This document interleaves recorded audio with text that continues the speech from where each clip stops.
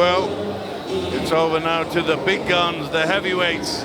It's Hughie Fury from the UK versus Samuel Perter from the USA, and it's over to our MC, Jared Kyle. Ladies and gentlemen, live from the Kingdom of Saudi Arabia, the Super Boxing League brings to you the co-main event of the evening. Make some noise for the Nigerian Nightmare, Samuel Perter!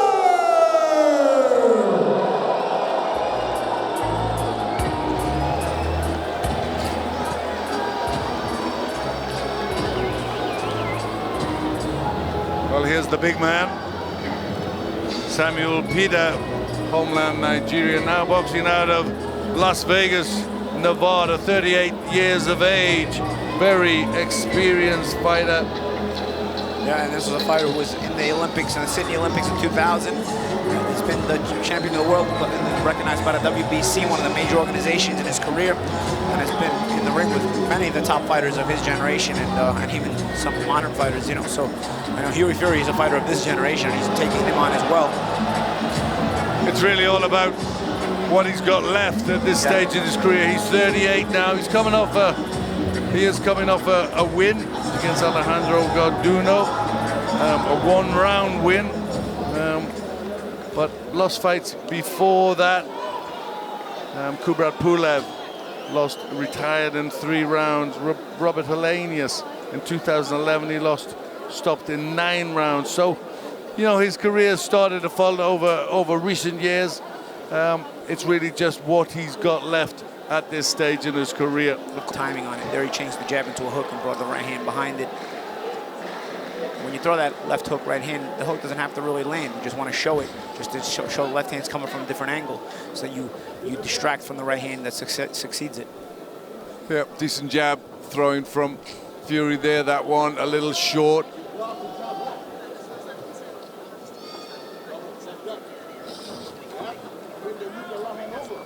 Again, if Fury is able to come as he pleases, come in and out as he pleases, and move to his left, it's going to be difficult for Perter to track him down unless Fury makes a mistake. He throws that right hand to the body again, which lands, and that's a good punch to go for Perter. Bit of success there with his own right hand. Just getting a little flustered there, Fury. Yeah, and right now, because Perter's not coming off the ring, he needs Fury to make the mistake. Fury with a small mistake there, exiting over to his left with his hand that little low. As when the range is this close as it was in that moment, you want to have your hands a little higher. Another right hook to the body lands from Fury, doing the better work. Not a great deal of it, but I think that's the perfect sort of scenario, the perfect plan for Fury at this stage. Yeah, I think early on in the fight, if you're Fury, you're not looking for anything extravagant. You're just looking to kind of take the old man into deeper waters and then maybe start to put on some harder shots on him after, you know? And it's a slow, ponderous walk back for the big man, Samuel Perter. Highlights of the last round there, they both let go of some big right hands. They both missed them. Perter tried to come back. Fury saw that one coming as well. We saw the left hook right hand there by Fury. Again, you saw the hook, not much intended to be on it. It just to distract Perter from the right hand that was coming after. And here was Peter's short right hand on the inside, as Fury was escaping with his hands a little low. Well, crowd warming up, getting excited. They're enjoying seeing the big men in there. Nothing quite like a heavyweight fight, is there? You know, one shot can just finish a fight at any point. You don't want to blink.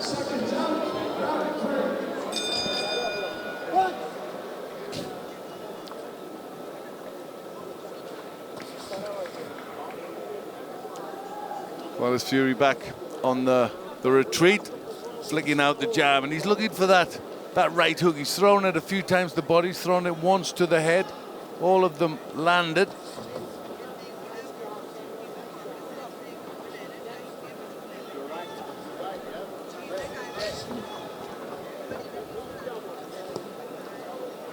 Perter throws the right hand, falls well short of his target, and he's finding that the feet can't get close enough to land the big punch.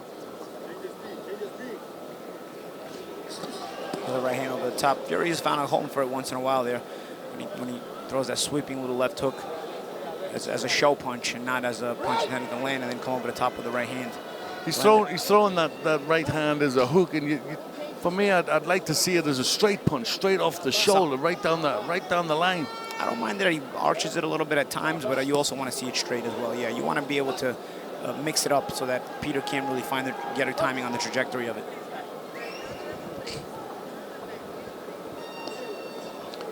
Back to the jab for Fury, and that's sort of going to be his base. There's the arc in right hand again. He's trying to come down with it. It's successful. It is landing. Yeah, and again, Peter's older, so in order to get away from the arcing right hand, Peter's got to get underneath it, and he's got to bend his knees. And as the old man goes a few rounds, it gets harder and harder to bend the knees.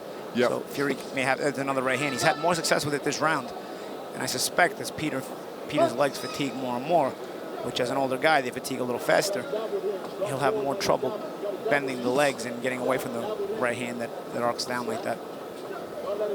But the ideal punch when he starts showing that right hook over the top and he starts landing and then come in with a left uppercut. Yeah, and especially if you're throwing it down, you're going to bring the guy's head down to that uppercut. So it might be smart. But of course, you want to let it come because Peter can still let go of shots in between. He's still live. It's only round 3.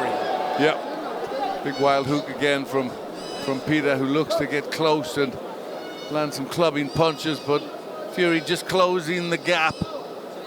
Looking to stick out his jab again. It's still just a feeling jab. He's not looking to really drive that home yet, just trying to get the distance. I think he's concentrating more on his right. Good right hand there by Fury. A bit low there with the right hand. I think the referee will have a caution for Peter. Shot's a little low by Peter. I understand Peter wanting to work on the inside when he was finally there, but of course he's got to keep the shots above the belt. Well, doesn't need much of a rest, Peter. Hughie's on with his work.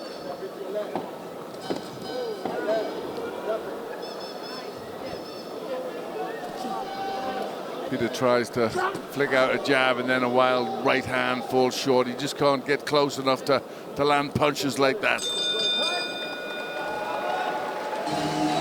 Fury comfortable on the outside, but of course still early in the fight you still want to be leery of Peter's power, and he's fought in an intelligent way thus far. I've got him up 3-0.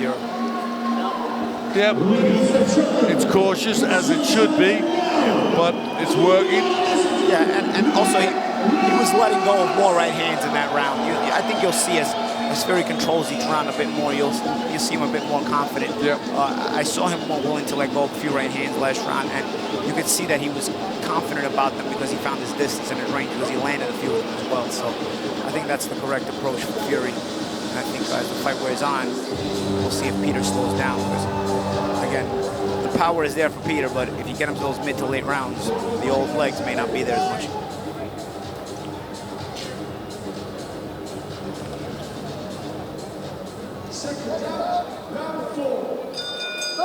Fourth round underway, and so far it's all Hughie Fury. Hasn't really set light as yet. It's cautious for Fury, but he's doing the right thing. He's just looking for that right hand. He tries it again, didn't get done, and got countered by Peter with a right hand of his own.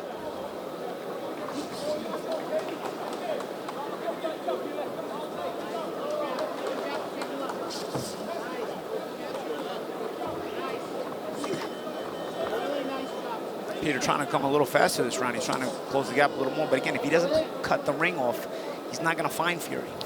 Fury circled the ring to his left comfortably. No matter how much pressure Peter brings, he's not going to find Fury if he doesn't cut the ring off. Yeah, well, I think that's what we'll start to see from Peter. It's just starting to get a little bit frustrated that he can't close the gap down. That will make him start to make mistakes. Yeah, and it'll also fatigue him more because you're following around this young guy who's got the good legs and has the ability to move on you. And you're not cutting him off, so you're not going to find him. You're just going to waste energy. And of course, it also forces you to reach from the outside, more outside than you want to be. Oh, shot on the break there by Peter. Yeah. Well, he hit him cleanly on the break. There was a good second after that, and he's got a point deduction there. You see it here. See, Fury missed him, holding down, and Peter trying to free himself. So there, the referee's trying to break them. That's also on the referee, though. I mean, I understand Peter there, but that's also on the referee. If you're going to break them, you got to get in between them. And this is why I always prefer a big referee for big heavyweights, and this is a big referee. But you can't admonish Peter there if you didn't get in between them. You know what I'm saying? Like, you're saying break. Peter's head is being held down. It's not like Peter was doing the holding. Peter's trying to free himself, so he's going to come out punching. So if you're saying he's hitting on the break, you've got to get in there and break them because Peter's head is being held down there. He wants to work. Fury's doing the smart thing. He's putting his head down. He's putting Peter's head down, so he forces a break. But at the same time, if as a ref, you're not going to get in there between and break them, Peter has a right to punch. Yeah, well, referee probably not brave enough to jump in there. And you shouldn't be refereeing the fight between these guys. Because I'll admit, it takes a brave referee to referee the big guys like this. Well, Fury's back to his movement, tries it again. He's looking for that right hand, isn't he? The jab's just a feeler, it's a rangefinder. Then he dives in, really tries to let that right hand go. As yet, not connecting correctly, though. Takes a glance over at his father, Peter Fury, trainer in the corner.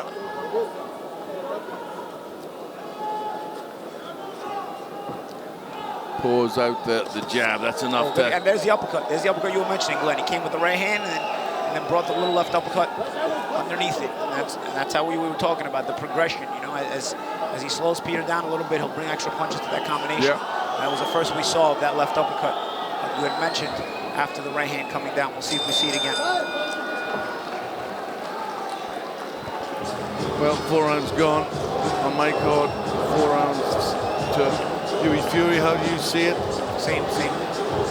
Yeah, not a lot from Peter. He can control it because of his footwork, Hughie, can't he? You know, I mean, that's the barometer. He can just keep moving around the ring and decide when he wants to attack. You know, that means he can control the fight. Yeah, and of course, and Peter's legs are too small. There's a little off uppercut there. There's the after the right hand. Of course, Peter's legs are too slow to close the gap. He's not going to cut the ring off. So Fury can do this comfortably as long as he stays alert to those overhand shots Peter will throw once in a while.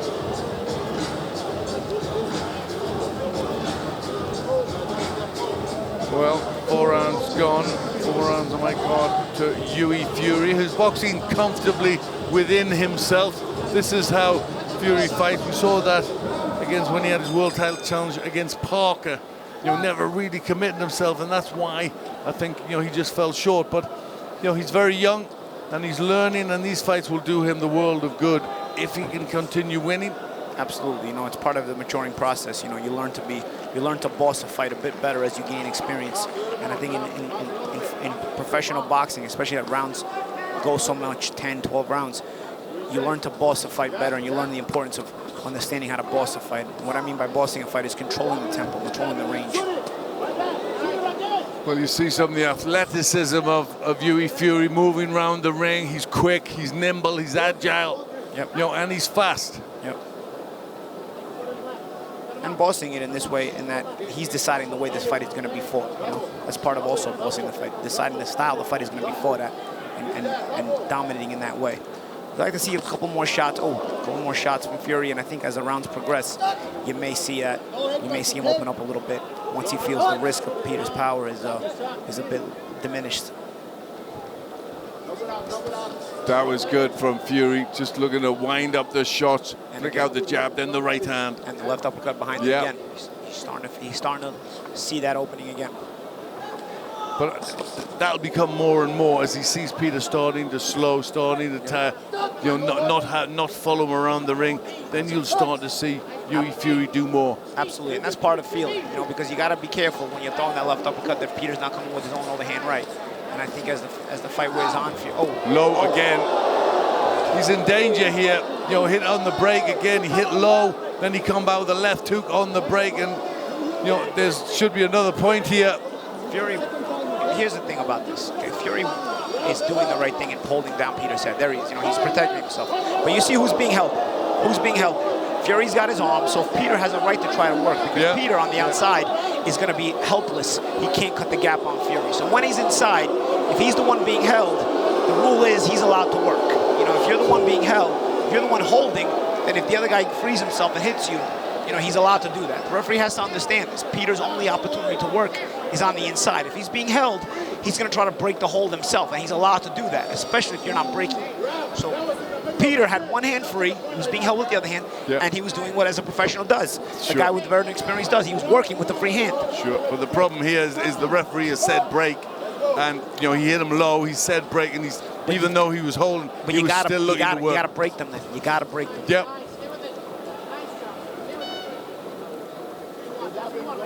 But he's playing dangerous now. That's two warnings he's had, 2 points taken off. Can't really afford to do anything wrong now. Peter. See there, Fury's holding again. I don't mind Fury trying to smother the work because he's doing the smart thing, but the referee also has to understand that. Fury being smart, that he's holding the hand on the opposite side of where the ref is. Smart veteran move. For a young guy, he's understanding these things, but you also can't fault Peter for trying to break it. Well, Peter on a charge now. He's angry, but again, he's been very rough in there. He's got to be careful, Peter. But the fight's livened up. Peter angry.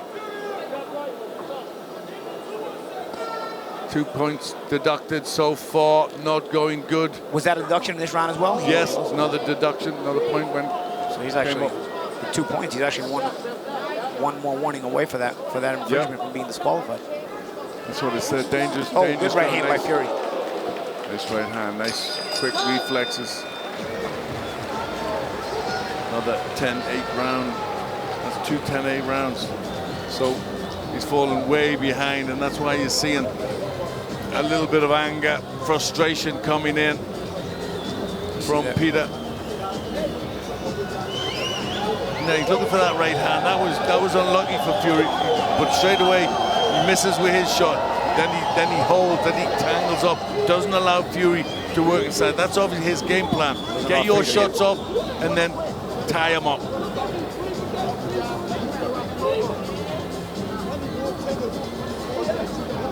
And some very good fighters, the greatest to say the least, you know, often adopted that game plan.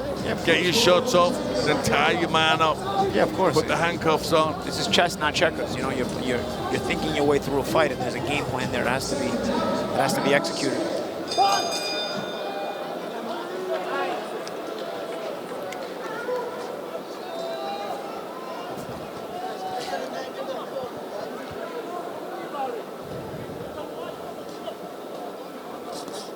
Now, I'd be looking for in the corner, you know, if I was taking care of you, I'd be wanting him now to start to impress. You know, he doesn't want to win it by disqualification. He wants to win this fight, you know, and look good. And so now he needs to start picking it up and start taking the fight to Peter. And there's finally a warning for Fury for holding, which, of course, for the sake of Peter being able to work, was necessary. Yeah, I agree with you, Glenn. You know, I think Fury could be a little busier with the jab, maybe have a little more mustard behind it. It's a jab where he's establishing distance, but I think he could actually smash it into Peter's face here and there and really establish himself and start to set up bigger shots behind it. Right now he's being smart with the jab. You know, he's establishing his distance, but he's not establishing the openings for other punches by landing it properly. And, you know, it's good boxing. It's thoughtful at this stage, but, you know, to challenge to the big guys, to challenge to the top fighters, you know, you've got to show daring. You've also got to commit yourself. Yeah, well, you have to show the ability to control everything a bit more. You know, I think Fury's in control of the fight, but I think he still is up in the air about how much risk he can take. And I think at this point he should sort of understand what he's going to do and what he's not going to do in this fight. And I think he can. If he's landing his jab better than he is, he takes away more confidence from Peter. But because he's only flicking it out here and there, Peter's still confident in coming forward. He may not be winning the fight, but he's confident in coming forward. Well, another low blow in there. Now let's see. If this is low because Fury's pushing down, then I don't think it should be a foul. Let's see. Fury's pushing down. Yeah, that's exactly right. I'm sorry, right. you can't. And I guess at least Peter didn't lose a point there, but. No. But if your head's being pushed down, your punches are going to stray low. Peter getting confident here. And again, why is Peter getting confident? Because Fury has not established his jab the way he should. Exactly. So Peter feels like he can reach Fury if he tries a little harder. While by this point, Fury should have Peter's mind under control as well, as an old man, that the jab, you can't get through it, and it's going to smash your face in. But it has not done that to Peter. So Peter willing to keep trying and willing to take more chances. I think that's always been a problem with the jab, that there's not enough in it. He's not trying to punch through his opponent. Yep. He's not trying to stop him in his tracks. Yeah. You know, so as we're seeing now, Peter will walk through it. Yeah, because there's nothing to stop him. Because Glenn, there are jabs that are established and harder, but Fury's kind of moving as he's throwing it.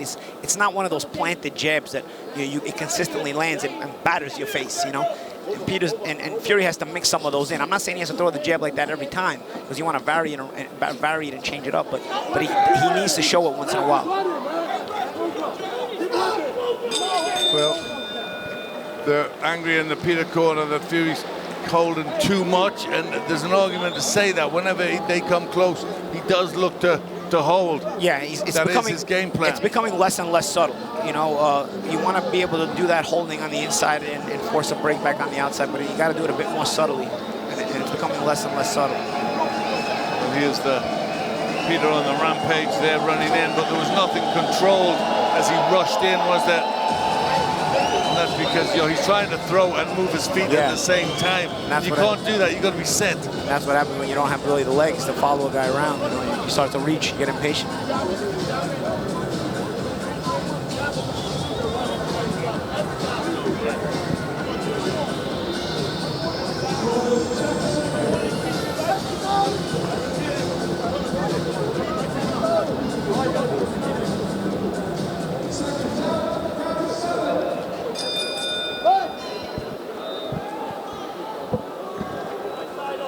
Well, that's the 7th round we're into now.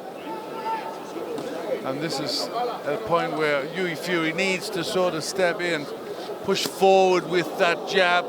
Peter getting a little bit of confidence, complaining now that he's getting hit in the back with that hooking right hand to the body from Fury.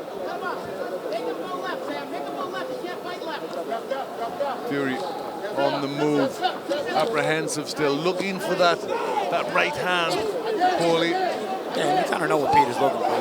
He's looking for a big right hand. Fury also mainly trying to paw around with the left hand and looking to throw a big right hand. So both guys are pretty right hand happy. Peter will once in a while show a whipping hook in there. But both guys are looking, the preferred power punch anyway is the right hand.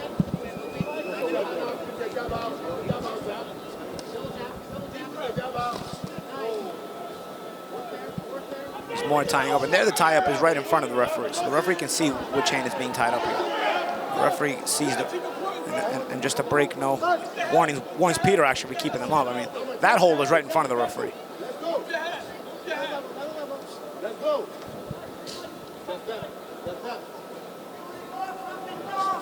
He's finding it fairly hard work, isn't he, Fury? It's at this point you'd be looking for him to be a little bit smoother, to be landing with his jab and starting to rattle combinations in. But it's a little bit frantic with that right hand. Yeah, because when he lands it, he falls in behind it. Because he's not in control of the fight yet, Glenn. He may be winning the fight, but he doesn't have control of the fight, and that's sort of the reason for the frantic thinking pattern that he's got right now. Peter's not under control. He's live still. You're beating him, but he's still live. While we're in round 7, you'd prefer to have this guy under control by this point, and him understanding that that's on the break. That's on the break. Well, now he's complaining. He's hurt his shoulder. He might have pushed out. Well, that might be it. He might have pulled out his shoulder. Yeah, his shoulder might be out of the socket. Well, it was a wild hook. Just as the referee was trying to see the replay there to tell him to break. A low blow, 2 low blows. The referee jumps in there. I think he's gonna have a word with. I'll give the referee credit. At least he got in there. Yep. He got in there at least. He got in there, but as he did get in there, it looks as if Peter has injured his right shoulder. Yeah. His left shoulder. Yeah. This might be out of the socket. Yeah, I don't know. I don't know if he's gonna be able to continue now. I don't know if he's going to be able to continue. No. Certainly the way the distress signals that he's showing at the moment, it doesn't look like he'll be able to continue. The referee having a word with the official there. Probably explaining what he did, that he did try to jump in. I don't know. I don't know if you can let him continue if his shoulders. Let's see again. Well, the referee's in a little bit of a quandary here because it was him getting involved. Yeah, but this time I can't fault the referee. You know, he was, you know, it wasn't like Fury was holding it there. I mean, the referee saw a foul.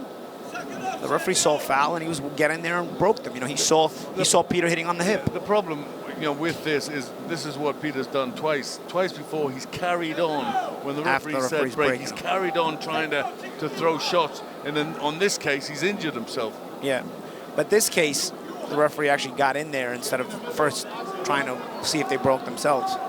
I think the referee correctly tried to boss the situation and get in there. And there was the break was merited. It wasn't like Peter was working illegally in there. He was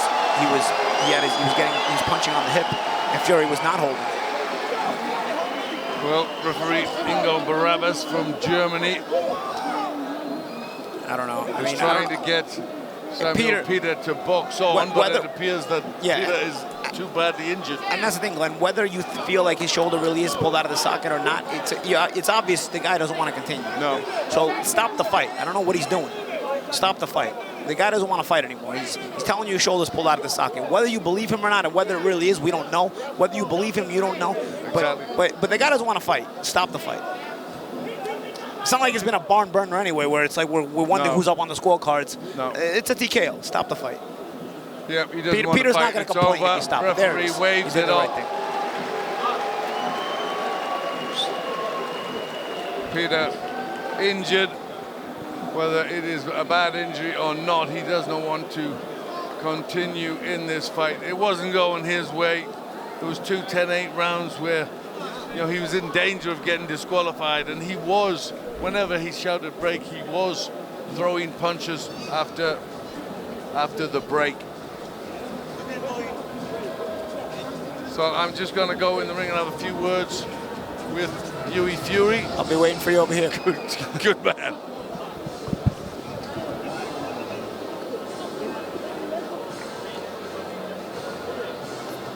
Fury, probably not the way Fury wanted to get a win. He probably wanted to be a bit more impressive, but a win is a win, and you carry it on to the next performance where you'll try to take some stuff that you learned in this fight and get better.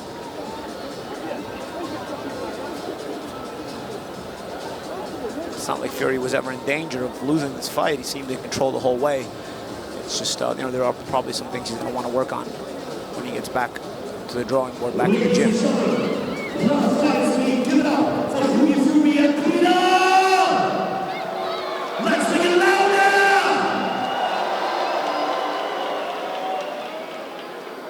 The best fighters from across the world in superboxing league, Jeddah season. This is the fight for rightness. This is the fight for good. This is a fight for survival. Give it up for the boxers!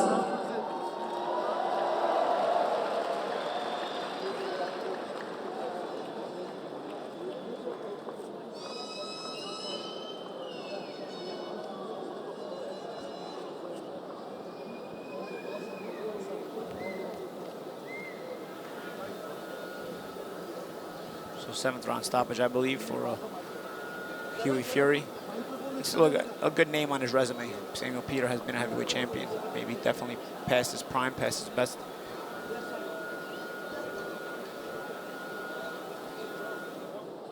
Ladies and gentlemen, due to a technical decision, the referee called a stop to the fight in round 7 in 2 minutes and 11 seconds.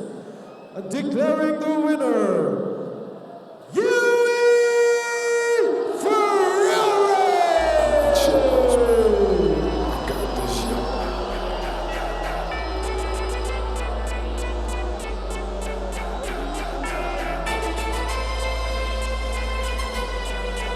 With the winner, Hughie Fury.